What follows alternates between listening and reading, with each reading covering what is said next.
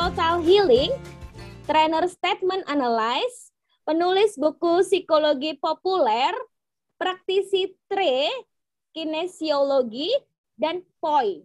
Baik, untuk selanjutnya waktu saya persilakan kepada Ibu Sofi Balkis. Silakan Ibu. Terima kasih Mbak Nia. Iya, sama-sama Ibu.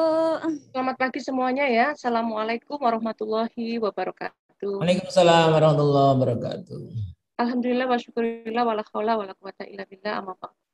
Baik, rekan-rekan, konselor terapi seluruh Nusantara dan Malaysia, Singapura ya, kita bersaudara begitu ya, sebangsa Melayu. Pada kesempatan yang berbahagia ini, izinkan saya untuk sharing ya. Jadi event ini adalah best practice untuk sharing tentang CTC.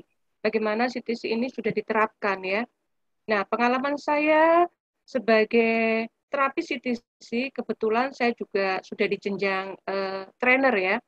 Jadi buat saya eman kalau saya tidak sampai pada jenjang tinggi karena ilmu ini membantu untuk menambah tools saya sebagai psikolog ya.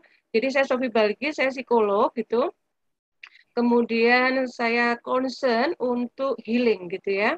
Dan di sini membantu saya karena klien datang ke psikolog itu tidak melihat kita itu psikolog bidang apa ya. Jadi kalau di Indonesia itu psikolog itu ada psikologi pendidikan, ada perkembangan, ada industri organisasi, kemudian ada klinis begitu ya. Kemudian mereka datang itu hanya ingin pulih. Ya, betul. Klien datang itu hanya butuh untuk dibantu, butuh untuk disembuhkan, butuh untuk menjadi lebih baik, butuh untuk lebih sejahtera, butuh untuk lebih tenang gitu ya. Nah, maka kita harus punya tools gitu ya. Nah, ketika saya belajar CTC level dasar ya, practitioner, saya melihat wah ini cakep banget atau ini sangat bermanfaat gitu ya. Karena tekniknya lebih cepat. Ya, tekniknya lebih cepat, kedua bisa untuk grup gitu ya. Lalu yang ketiga klien yang tidak well educated pun bisa kita bantu gitu ya, karena nggak pakai apa namanya kemampuan berpikir yang level tinggi begitu ya. Karena beberapa teknik di psikologi itu harus mengubah cara berpikir, kemudian menelaah sesuatu itu agak ribet begitu ya. Nah ini bagaimana mengcleansing emosi itu jauh lebih gampang begitu ya dengan dua teknik penting ya. Yang pertama adalah clapping, ya begini menyilang ya. Ini tangan kanan di rahang kiri ya, mulai dari bawah telinga ini sampai ke dagu begini ya. Kalau yang tangan kiri di rahang kanan gitu. Nah kemudian next breathing itu yang tengok kanan, tengok kiri, kemudian dongak atas, dongak bawah ya. Ada horizontal dan vertikal. Lalu apakah hanya dua teknik itu? Enggak gitu ya. Kalau teman-teman ikut level basic sampai master, ada beberapa teknik itu membantu untuk coaching, membantu untuk mengubah perilaku. Ya, jadi kalau emosinya sudah clean, maka berikutnya adalah menata perilaku, menata tindakan, atau membuat goal baru begitu ya dalam hidupnya, dalam perubahan apa yang diinginkan. Nah itu kita bantu untuk coaching ya. Jadi CTC ini sebenarnya sudah komplit ya. Ada emotion, fokus, emotion focus solution, dan problem focus solution gitu ya. Ada dua ya yang penting gitu. Nah pengalaman saya teman-teman, pertama kalau terkait dengan kebencanaan ya. Jadi saya Mbak Niken, saya juga ada tim ya, ada Mbak Risa, ada Mbak Delta, Mbak Anis gitu ya, dari tim CTC itu berangkat ke area kebencanaan. Waktu itu di Lombok, kemudian di Palu, juga di Makassar ya. Waktu di Lombok itu kita kumpulkan tuh warga ya yang terdampak begitu ya. Jadi kita grup gitu ya, komunal gitu ya.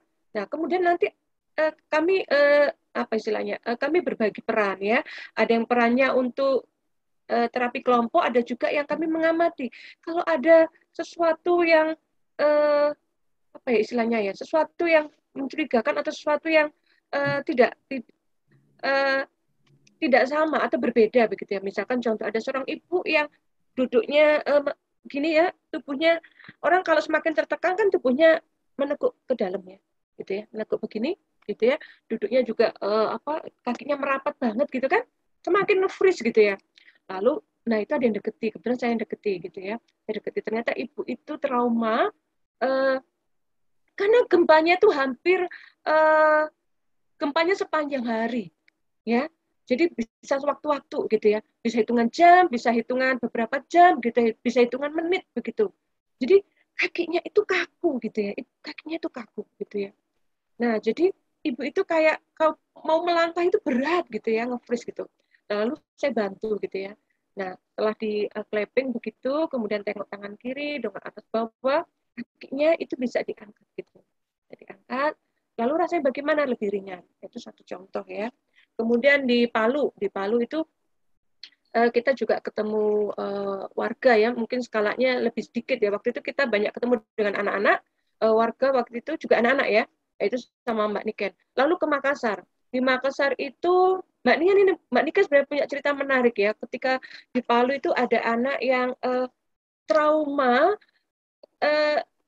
dia melihat neneknya terjepit tanah dan tenggelam, begitu. Jadi itu teringat terus begitu ya. Jadi lalu ada juga anak yang selalu pakai sepatu karena ketika tsunami itu datang, gitu ya, tsunami dan gempa bersamaan ya. Saat itu dia punya sepatu baru. Jadi dia ketika gempa itu ya, dia lari bawa sepatu itu. Jadi setelah gempa itu dia pakai sepatu terus ya. Nah itu salah satu bentuk trauma begitu ya. Nah itu dibantu Mbak Niken gitu ya, yang individual. Nah, kemudian di Makassar itu ini ditangani Mbak Niken waktu di Makassar. Jadi pengungsi ya. Jadi dari penyintas Palu itu kemudian ada yang mengungsi di Makassar, gitu ya. Nah, ketika mengungsi di Makassar itu ditempatkan di pondok di asrama haji. Nah, di asrama haji itu kami masuk tuh diizinkan ya dengan dapat izin dari waktu itu HIMSI Makassar ya. Jadi Himpunan Psikologi Makassar kami izin di sana, kemudian masuk ke apa namanya ya, ke pondok-pondok, ke asrama ya, itu ada gedung-gedung gitu kan, ya lalu kami kumpulkan warga begitu ya, lalu ada sekitar 2-3 gitu ya, karena sudah malam ya, kita datang naik pesawat itu siang gitu ya, kemudian kita datang sore waktu itu sampai malam ya, nah kemudian di salah satu kamar itu ada yang case gitu ya, ada case yang menarik, maka kita tangani individual. Lalu berikutnya kecanduan gadget kita juga pernah kelompok gitu ya, di salah satu SD Islam di Surabaya saya diminta untuk memberi materi ya untuk gadget gitu ya. Nah, kalau untuk anak-anak diberi pengetahuan bahwa nggak baik loh pegang HP terus seharian, nggak baik loh kamu main game seharian gitu, itu agak susah gitu ya. Kita beri pemahaman ya, kita beri pemahaman, tapi untuk mengubah perilaku agak susah. Akhirnya kita pakai teknik CTC. Jadi saya bawa tim itu waktu itu 2 orang ya. Nah, Mbak Risa sama Mbak Lulu. Nah, kemudian kita demonstrasi di depan gitu beberapa anak, kemudian teman-temannya ngikutin gitu ya. Kemudian selesai itu kita tanya. Nah, sekarang kalau ada HP ini gitu ya. Ya selalu ada leveling ya atau scaling ya before after ya. Di awal itu suka banget sama gadget itu berapa levelnya ya, dari 0 sampai 10. 0 itu enggak suka, 10 suka gitu ya. Kemudian di akhir juga kita tanya gitu ya levelnya berapa gitu ya. Nah, dari leveling itu kita tahu ada penurunan gitu ya. Tapi kita harus cek gitu ya, kita harus cek gitu ya. Seberapa dia itu memang sudah tidak menginginkan gadget atau enggak ada desire gitu, enggak ada desire, kesukaannya menurun begitu ya. Lalu saya tanya, terus sekarang kalau ada HP gitu ya, ini ada HP nih, ibu bawa HP, kamu pengen tahu nggak isinya? Kamu pengen lihat apa? Pengen lihat YouTube apa? Enggak bu, nggak usah. Itu jawaban pertama, gitu ya. Ya oke, mungkin dicurigai itu temporer ya. Tapi saat itu sudah ada perubahan minatnya menjadi berkurang. Lalu yang kedua, terus kamu kalau nggak mainan HP, kalau nggak pegang HP, nggak lihat game, apa yang kamu lakukan? Ya kita kan bisa, nah akhirnya idenya muncul. Ya kita kan bisa ini, bisa itu, bisa apa. Jadi mereka mencari solusi sendiri atas problem dia yang seharian pegang HP gitu. Kemudian yang ketiga pertanyaannya adalah terus HP ini harus diapain gitu ketika kamu sudah bermain. Ya HP itu kan punyanya ayahku, punya ibuku gitu ya. Ya, aku berikan saja artinya dia sudah tidak ada kemelekatan gitu. Artinya ini HP-nya orang tuanya ya, aku titipkan orang tuaku atau aku kasih sama ibu gitu. Aku mainan aja gitu. Nah, itu yang pernah saya lakukan sama timnya. Kemudian yang individual itu saya kalau terkait dengan fobia ada 4 klien ya yang saya tangani.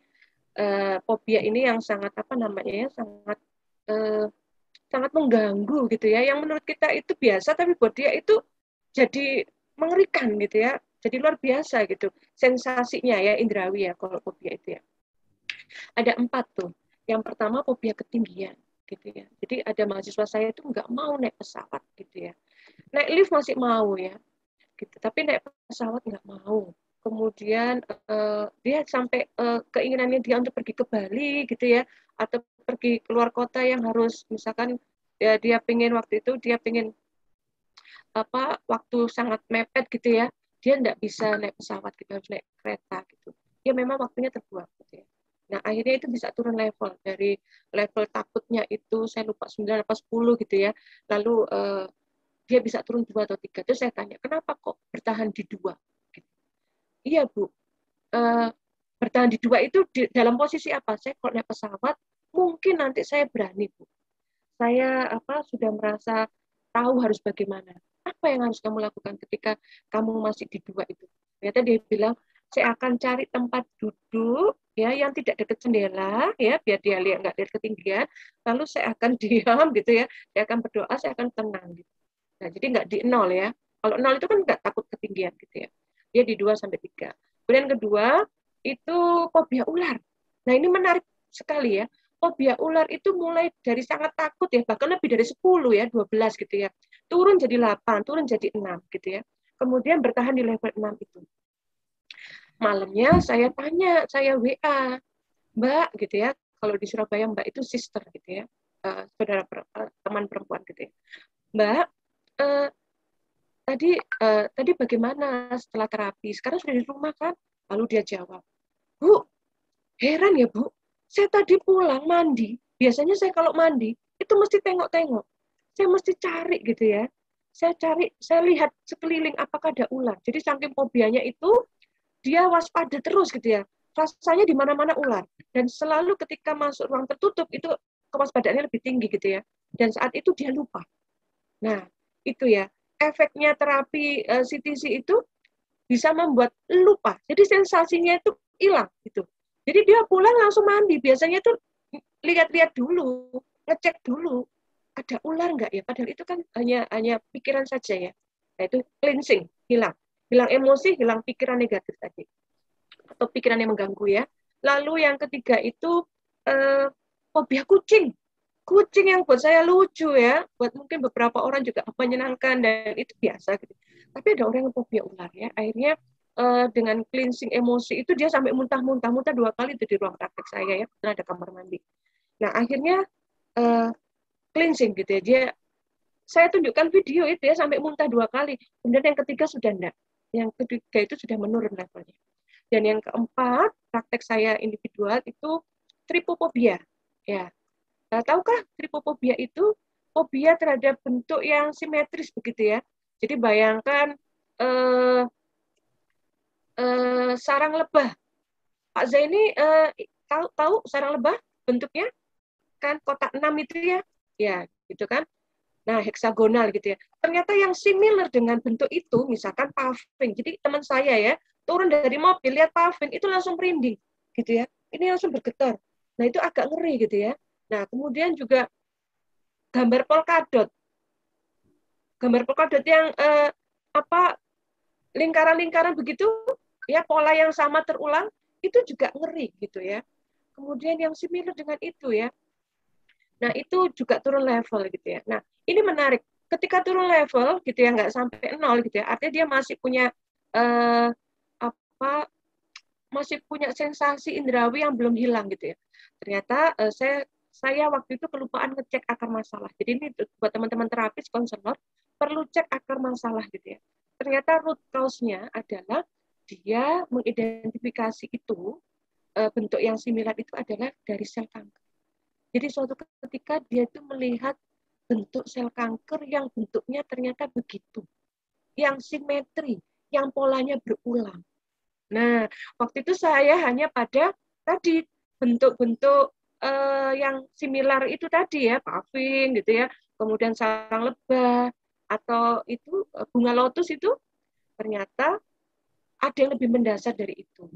Akar masalahnya adalah melihat sel kanker. Jadi harusnya saya terapi lagi karena teman-teman saya sudah tidak berjumpa lagi dengan saya ya.